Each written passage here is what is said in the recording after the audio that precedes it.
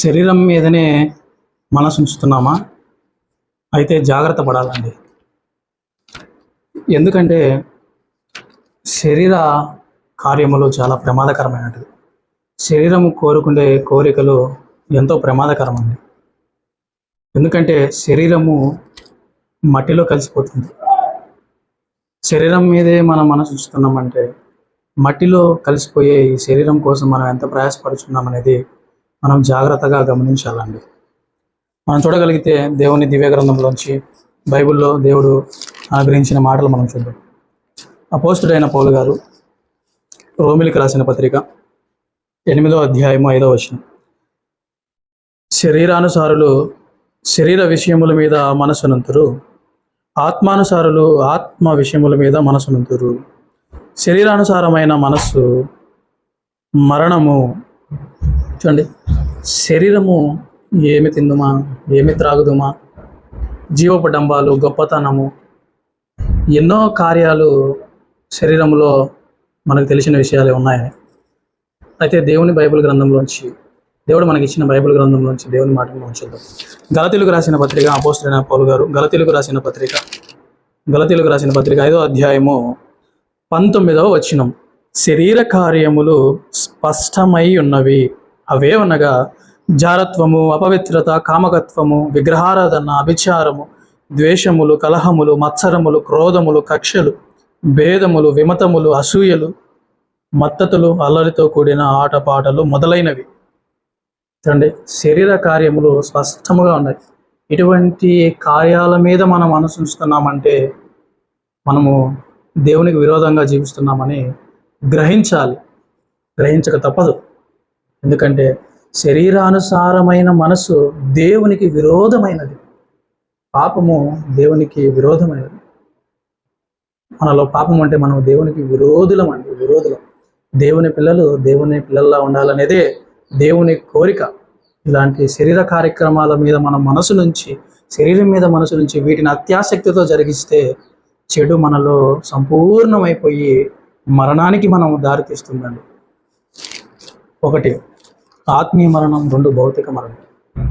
ఆత్మీయ మరణంగా చనిపోయి దిగులు పడుతూ, వ్యసన పడుతూ, ఏ దిక్కు తోచకుండా మనము జీవిస్తాం. ఎందుకంటే ఇటువంటి మనస్సు, శరీరానుసారమైన మనస్సు మనం కలిగి ఉండడం వల్ల. అయితే మనిషి అనగా శరీరములో ఆత్మ ఉంటుంది. ప్రతి మనిషికి శరీరంలో ఆత్మ ఉంటేనే మనిషి మాట్లాడతాడు, సమాధానం ఇవ్వగలుగుతాడు, కదులుతాడు.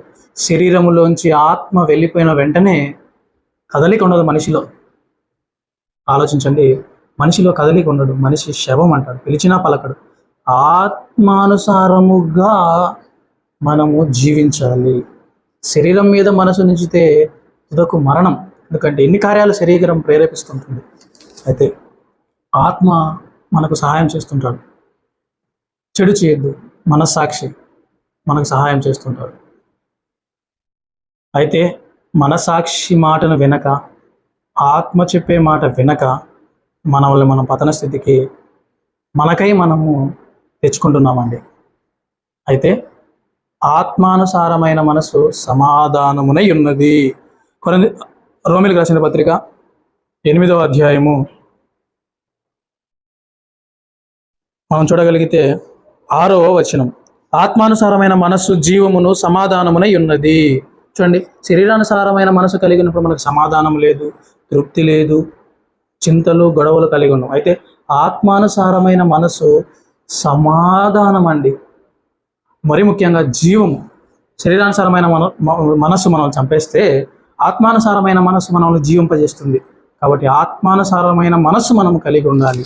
ఆత్మానుసారమైన మనస్సు జీవము, సమాధానం.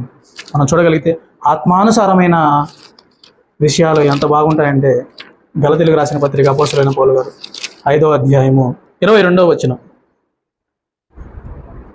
అయితే ఆత్మఫలం ఏమనగా ప్రేమ, సంతోషము, సమాధానము, దీర్ఘశాంతము, దయాళత్వము, మంచితనము, విశ్వాసము, సాత్వికము, ఆశా నిగ్రహము.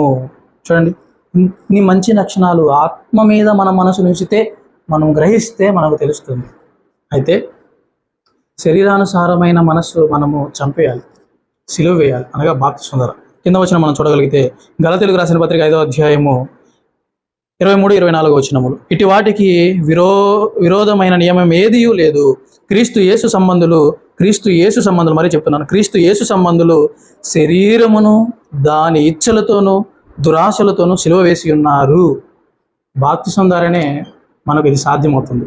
ఆత్మానుసారంగా మనసు ఉంచాలంటే మనకు ఆత్మ అవసరం. అందుకే ఒకడు నీటి మూలముగాను ఆత్మ మూలముగాను జీవిస్తే కానీ వాడు దేవుని రాజ్యంలోకి ప్రవేశింపనేరాడు. చూడండి, దేవుని రాజ్యంలోకి ప్రవేశించాలన్న శరీరం మీద మనసు నుంచి వారు ప్రవేశించలేరు. ఆత్మానుసారమైన మనసు కలిగిన వారే దేవుని రాజ్యంలోకి ప్రవేశిస్తారు, దేవుని కుమారులు అనబడతారు. ఎవడైనాను దేవుని ఆత్మ లేని వాడైతే వాడు దేవుని కుమారుడు కాడు. శరీరం మీద మనసు నుంచి చింత సమాధానం లేకుండా మన జీవితాన్ని మరణానికి దారి తీసుకుందామా? ఆత్మానుసారమైన మనసు కలిగి సమాధానము జీవమును వెంటాడి దేవుని రాజ్యంలో ప్రవేశించి దేవుని కృపకు మనము నిలిచి ఉందామా? లేదా శరీరానుసారమైన మనసు కలిగి ఉంటే దేవుని ఉగ్రతను మనం కొని తెచ్చుకుందామా? ఆలోచిద్దాం, మంచి నిర్ణయం తీసుకుందాం. ఆత్మానుసారంగా జీవించాలంటే ఆత్మ విషయం మీద మనసులు ఉంచాలి. కాబట్టి బాప్తిస్మం ద్వారా మనము శరీరచ్చలను సిలువ వేసి దేవుని మాట ద్వారా అనుదినము శరీర క్రియలను శరీర కార్యక్రమాలను చంపివేస్తూ శరీరం ద్వారా మంచి పనులు, దేవుని స్తుతించే పనులు, దేవుని ఆరాధించే పనులు చేస్తూ దేవునికి లోబడి ఉందాం. అయితే ఆత్మానుసారంగా మనం జీవించాలంటే పరిశుద్ధాత్మ వరం మనం పొందుకోవాలి. అలా పొందుకోవాలంటే బాప్తిస్మం ద్వారానే సాధ్యము.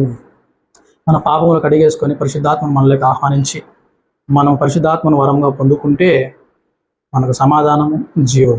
కాబట్టి ఆలోచిద్దాం, మంచి నిర్ణయం తీసుకుందాం. శరీరానుసారమైన మనస్సు మరణం,